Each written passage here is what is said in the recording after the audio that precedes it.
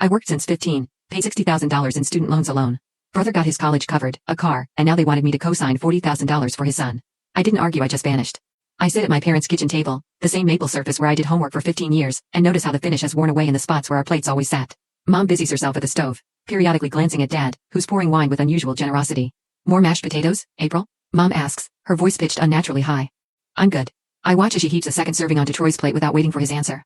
My brother barely notices, thumbs tapping furiously on his phone screen. His wife Jessica fusses over their 8-year-old Mason, cutting his meat into precisely equal squares. Isn't it nice?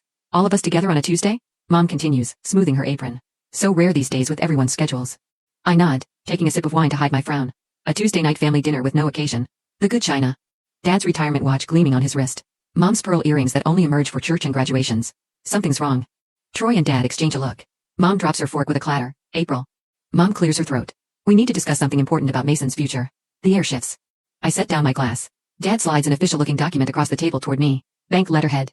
Loan paperwork. My stomach tightens as I scan the top page. $40,000 college fund co-signing agreement. It's just a formality, Troy says, setting his phone down for the first time tonight. His rehearsed tone makes my skin prickle. The bank needs a second signature with solid credit. Someone responsible. The compliment lands hollow. I flip to the second page, where my name is already typed in the co-signer field. You finally have that bonus money, Mom says, reaching for my hand. Her eyes well with practiced tears. Family helps family. The realization blooms cold in my chest. This dinner wasn't spontaneous. The invitation. The fancy settings. The unusual Tuesday. Gathering a calculated ambush. They've been planning this for weeks. I look at my nephew Mason, innocently pushing peas into patterns. Unaware he's the emotional pawn in tonight's game. The kitchen dissolves around me, replaced by the fluorescent lights of Palmer's Pharmacy 12 years ago. 16-year-old me counting pills into bottles after school while other kids went to football games.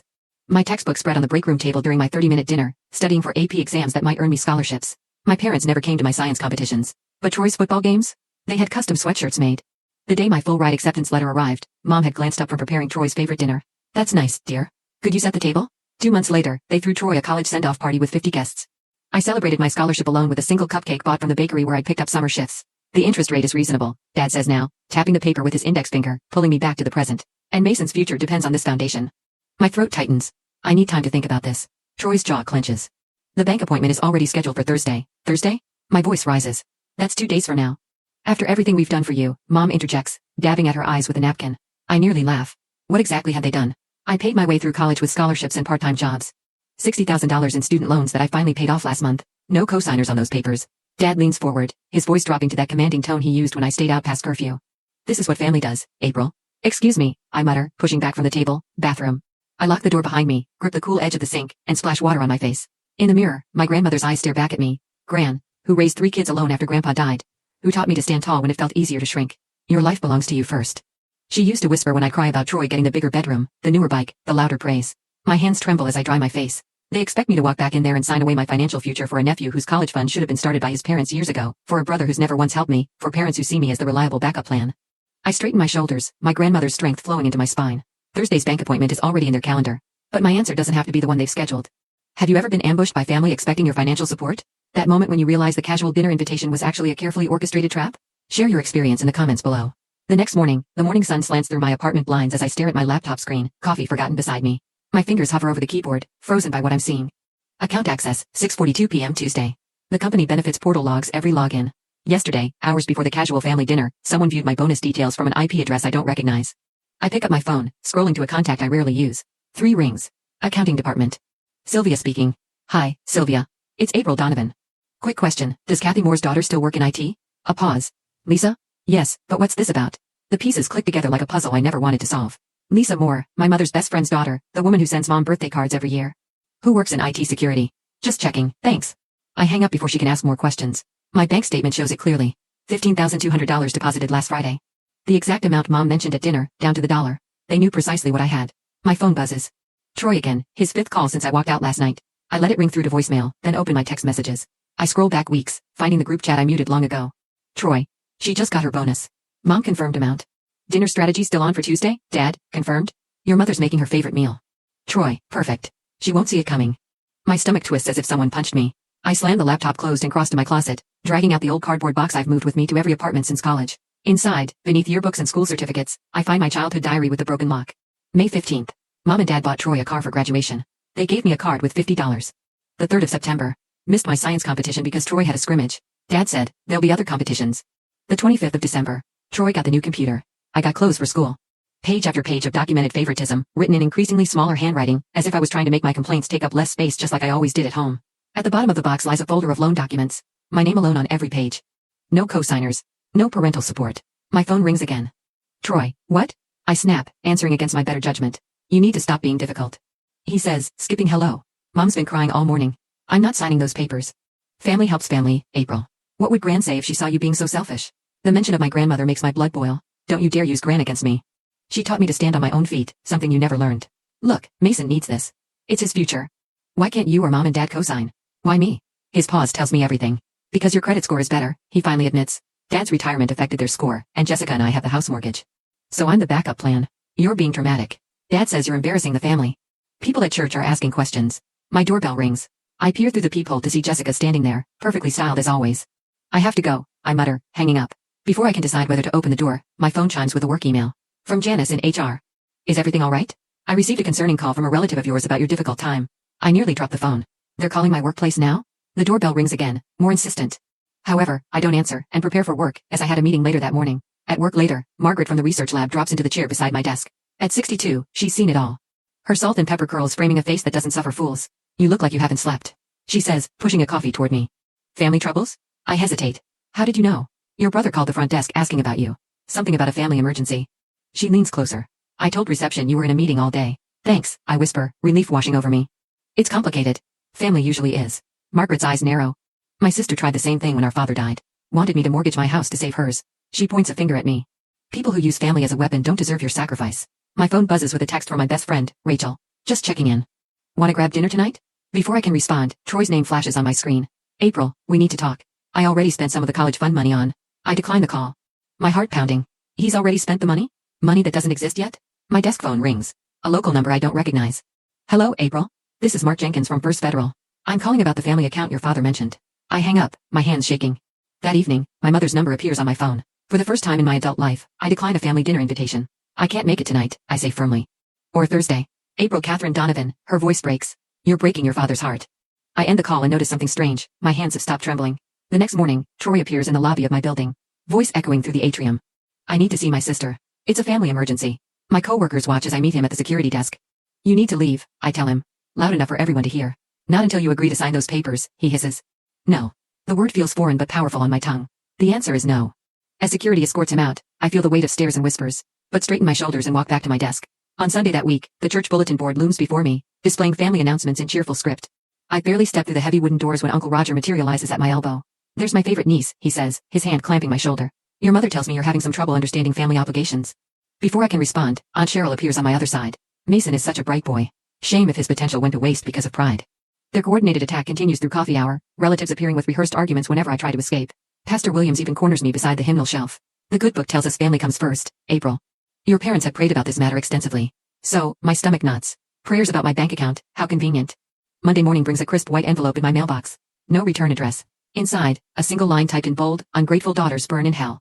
The paper trembles in my hand. Troy calls that evening, his voice thick with practiced tears. Mason asked why Aunt April doesn't love him enough to help with college.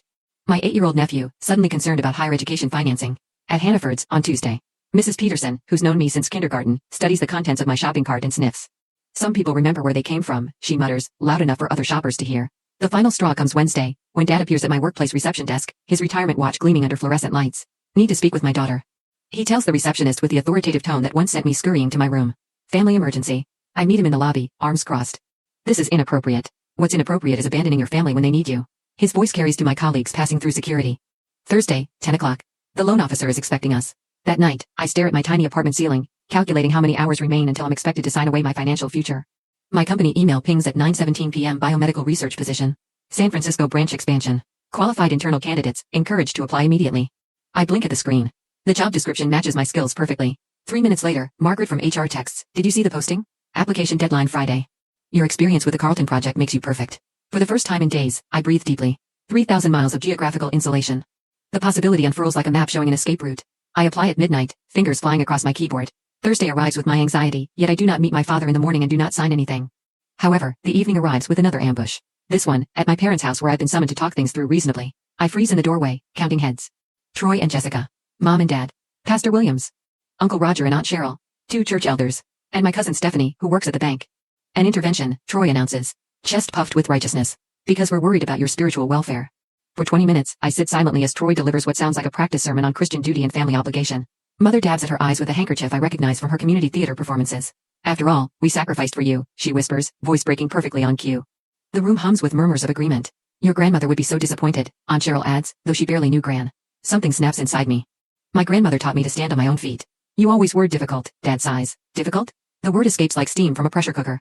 I worked every summer since 15. I earned my scholarship. I paid my student loans without a cosigner or family help. I sacrificed too. Troy lunges forward. This isn't about you. It never is, I stand, surprised by my steady hands. And that's the problem. Later that night, after quarreling and they have left, Rachel helps me pack essentials into unmarked boxes stored in her garage. They really thought a prayer circle would convince you to sign a loan? They thought God would back up their financial plan. I wrap my grandmother's china teacup in bubble wrap, the San Francisco HR department called. They want a virtual interview tomorrow. On Friday morning, I accepted the California position with a significant raise. Margaret rearranged my work schedule without questions. Family emergency, she tells my supervisor with a conspiratorial wink.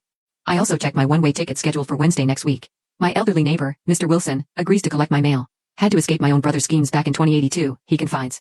Sometimes distance is the only language they understand. Each action builds momentum. On Monday morning, bank accounts transfer to West Coast branches.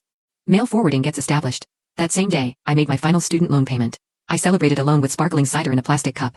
The symmetry feels right, beginning and ending my financial independence journey in solitude. On Tuesday, while cleaning out my desk drawer, I found Gran's letter from my college graduation day. The yellowed paper unfolds to reveal her careful handwriting. Your life belongs to you first, April. Choose wisely who gets pieces of it. Love doesn't demand bankruptcy of spirit or wallet. That night, I cry for the first time since this began, not from fear or guilt, but from recognition. In the morning mirror, I see Gran's determined eyes staring back at me. My goodbye letter takes 3 drafts. Not apologizing proves hardest. I place it in an envelope addressed to my parents, leaving it on my kitchen counter next to a check for $500 toward Mason's future. A gift, not an obligation. The California lease agreement arrives by email. My signature flows easily across the electronic document. The weight on my chest lightens with each letter. My phone buzzes with Troy's text. Dad's getting the papers notarized. Be at the bank Thursday at 10 a.m. I don't respond. Just check my flight itinerary one final time. Wednesday departure. One-way ticket. And that's how I just left that Wednesday night. The rideshare driver helped load my 2 suitcases at the airport after I arrived to San Francisco. Big trip? The biggest. I respond. Ready to accept my new life away from my family. As the car merges onto the highway away from the airport, I watch the city skyline through the window. With each step closer to my new life, my smile grows wider, stretching toward a California horizon where no one waits with papers for me to sign. California sunshine streams through unfamiliar curtains as I stretch on the bed of my hotel where I'm staying until the end of this week. I'm moving to my new apartment on Sunday. My phone remains deliberately off, sitting on the nightstand like a dormant bomb. Right now, my family is assembling at First Boston National Bank, checking watches and growing increasingly irritated by my absence. My meticulous planning led to this moment. I think back to the family Sunday dinners I attended, with practiced smiles, the careful way I responded to Troy's persistent questions about the loan, with vague phrases like, I'm still looking into it, and the timing isn't ideal right now.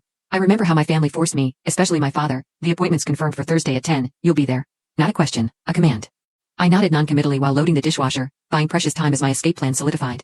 Last night, while they slept in their comfortable suburban homes, I boarded flight 1422 to San Francisco. As the plane lifted through Massachusetts clouds, I felt the weight of 30 years of obligation fall away. My chest expanded with each mile west. I slide open the hotel room curtains wider, allowing myself to fully absorb the Pacific light. 3,000 miles now separate me from the bank where Troy paces the lobby, checking his watch every 30 seconds. My phone buzzes to life when I finally power it on. The barrage is immediate. 17 missed calls, 32 text messages. Mom's voicemail plays first, her voice trembling. April, where are you? Everyone's waiting. Please call immediately. Dad's message is clipped, authoritative. This is unacceptable behavior. Call now. By the 5th voicemail, Troy's tone has transformed from irritation to panic. If you're doing what I think you're doing, there will be consequences. Legal consequences. I scroll through the text as I sip room service coffee. The latest from Mom sends an unexpected chill. We've contacted the police. You're officially a missing person.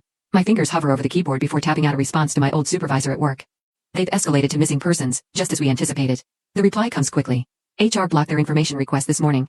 Your employment status is confidential. Relax and enjoy California. I open my laptop and navigate to the email draft I prepared weeks ago. One deep breath, then I hit send. The comprehensive account of Troy's manipulation, my parents' enabling, and the systematic financial pressure now reaches our extended family. Included are screenshots of Troy's texts planning the dinner strategy and Mom's access to my company benefits portal. My phone rings. Boston Police Department. The officer's voice is professionally neutral. Miss Donovan, we're following up on a missing persons report filed by your parents. I'm not missing, I reply. My voice steadier than it's been in months. I moved for work, voluntarily. That's what we figured, he says. The hint of a smile in his voice. We'll inform your family you're safe. A notification appears. A private message from Jessica, Troy's wife. I understand why you left. He does this to everyone. Be safe. Throughout the afternoon, my support network activates like a well-rehearsed orchestra. Rachel confirms to my frantic mother that I'm safe and well but need space. Margaret sends a brief text. Office gossip shut down. Your replacement story is holding. Enjoy the Sunday, Mr. Wilson, my elderly neighbor, reports that my parents appeared at my old apartment demanding access. Told them you'd moved on. Legally, properly. They left disappointed. My new California supervisor sends a welcome email introducing me to the team. No questions asked about my sudden arrival date change. Tonight, they've arranged a casual dinner. As evening approaches, the family facade begins showing its first cracks. Mom's church friend Betsy messages. Your mother's telling everyone you had a breakdown. Several of us suggested she respect your privacy. I always told her you deserved better. Uncle Frank, Dad's older brother, emails. Got your explanation. Not surprised. Troy's had his hand out for years. Bank called me about his previous loan applications after your no-show. Things unraveling here. I step onto the hotel balcony, watching the sun sink toward the Pacific. For the first time in months, genuine laughter bubbles from my chest, unexpected, liberating. 3,000 miles of distance has accomplished what years of conversations could not. Freedom tastes like California air, crisp and full of possibility. The welcome dinner notification pings on my calendar. New colleagues. New beginning. No history. I dress carefully, appreciating how my shoulders have already relaxed away from my ears. As I prepare to leave, one final text appears. From Mason, Troy's 8-year-old son, obviously using Jessica's phone. Aunt April. When can I visit California? I smile, typing back. Someday soon, buddy. Someday soon. 3 months later, I am dealing with projects, meetings, new clients, without anyone forcing me to do anything I don't want. However, one Tuesday afternoon, the certified letter arrives at work. Official stamp, my father's precise handwriting. Inside, a single page. Your mother collapsed yesterday. Doctors aren't sure why. We need you home. My hands tremble, but my mind stays clear. 3 months of California sunshine hasn't erased 28 years of manipulation. I dial the hospital directly. No patient under my mother's name. Looking for creative ways to make you answer. Margaret comments during our lunch break on a video call. She recognizes family manipulation tactics better than most therapists. What's the count now? 5 and 3 days, I say, scrolling through my phone. Mother's tearful video message yesterday. Troy uses his son for a video call for manipulation. Pastor calling about spiritual healing. And now this letter. Margaret butters her roll with methodical precision. They're escalating because you're winning. On Saturday morning, as I was working from my apartment, an email notification pings. Legal notice about family trust obligations from a law firm I've never heard of. A quick search reveals no such firm exists in Massachusetts. My phone vibrates with Troy's name. Against better judgment, I answer. Mason wants to say goodbye before. Troy's voice breaks perfectly on cue. Before what, Troy? Before he stops asking about you. Kid doesn't understand why his aunt abandoned him. The old guilt rises, but something new rises faster. Anger. Clean and clarifying. Put Mason on if he's actually there, I say. A pause. He's at school. It's Saturday. The call ends abruptly. 3 more messages arrive before evening. Mother's health declining from stress of abandonment. Parents selling grandmother's china cabinet promised to me since childhood. A former neighbor calling my supervisor about my concerning behavior back east. I sit in my apartment, windows open to the coastal breeze, and make my decision. Monday morning, I send one email. Family video call. Thursday, 7 p.m. Eastern. All of you together. Their responses flood in immediately. Mother's tearful acceptance. Father's stern agreement. Troy's smug certainty. The apartment fills with sunset light Thursday evening as I arrange my laptop precisely. Behind me, no family photos, only my degrees and certification awards. I've prepared for this moment like a surgeon for a complicated operation. At exactly 7 o'clock, I click join meeting. Their faces appear in boxes across my screen. Father at the head of their kitchen table. Mother dabbing tissues beside him. Troy and Jessica with Mason visible in the background. Pastor Wilson in the corner. 3 sets of aunts and uncles I barely recognize. April. Father begins. Authority coding his voice. We've gathered as a family to discuss your concerning behavior and, I'll be speaking first. I interrupt. My voice steadier than it's ever been addressing him. I have prepared remarks and evidence that requires your full attention. Mother starts to protest but father raises his hand to silence her, curiosity briefly overriding his need for control. 3 months ago, you ambushed me with demands to co-sign a $40,000 loan for Mason's college fund. I begin, screen sharing a meticulously organized timeline. Since then, you've escalated to increasingly desperate tactics, which I've documented fully. Troy shifts forward. This is ridiculous. We're trying to secure our son's future. And you're treating us like criminals. You told First National Bank the money was for Mason's education. I reply, clicking to the next slide. But I have you on record telling your poker buddy it would cover your gambling debts. The recording plays. Troy's unmistakable voice.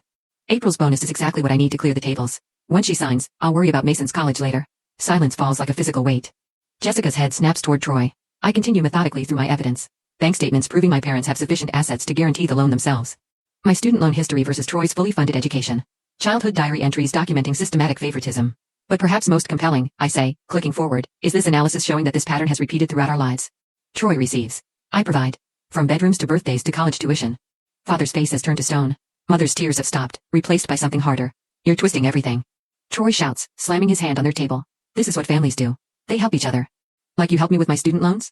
I ask. Like you helped when I needed a cosigner for my first apartment? The assistance has only ever flowed one direction. Aunt Meredith speaks up from her square. Robert, is this true? That April paid her own way through college while you covered Troy's expenses? Father can't meet her eyes. My financial decisions are not family property. I state, looking directly into the camera. I'm willing to establish a relationship moving forward, but only under new terms. The kitchen behind them is so quiet I can hear the wall clock ticking. No contact for 6 months. I continue. After that we can reassess based on everyone's behavior. Any attempt to manipulate me or contact my workplace will reset the clock. Father opens his mouth, closes it. For the first time in my life, I've rendered him speechless. In his eyes, behind the anger, flickers something unexpected. Respect. Troy stands abruptly. This is bulls. The rest of his sentence cuts off as he storms away from the camera. Mother leans forward, her hand reaching toward the screen like she could touch me across 3,000 miles. April, she pauses, swallows. I'm sorry. I didn't see what we were doing. It's the first genuine apology I've heard from her since childhood. 6 months. I repeat, my finger hovering over the disconnect button. Your move. I end the call on my terms, not theirs. The silence in my apartment feels different now, like the quiet after a storm passes, like freedom. I stretch my arms toward the ceiling of my California apartment, sunlight streaming through windows that actually face the morning sky.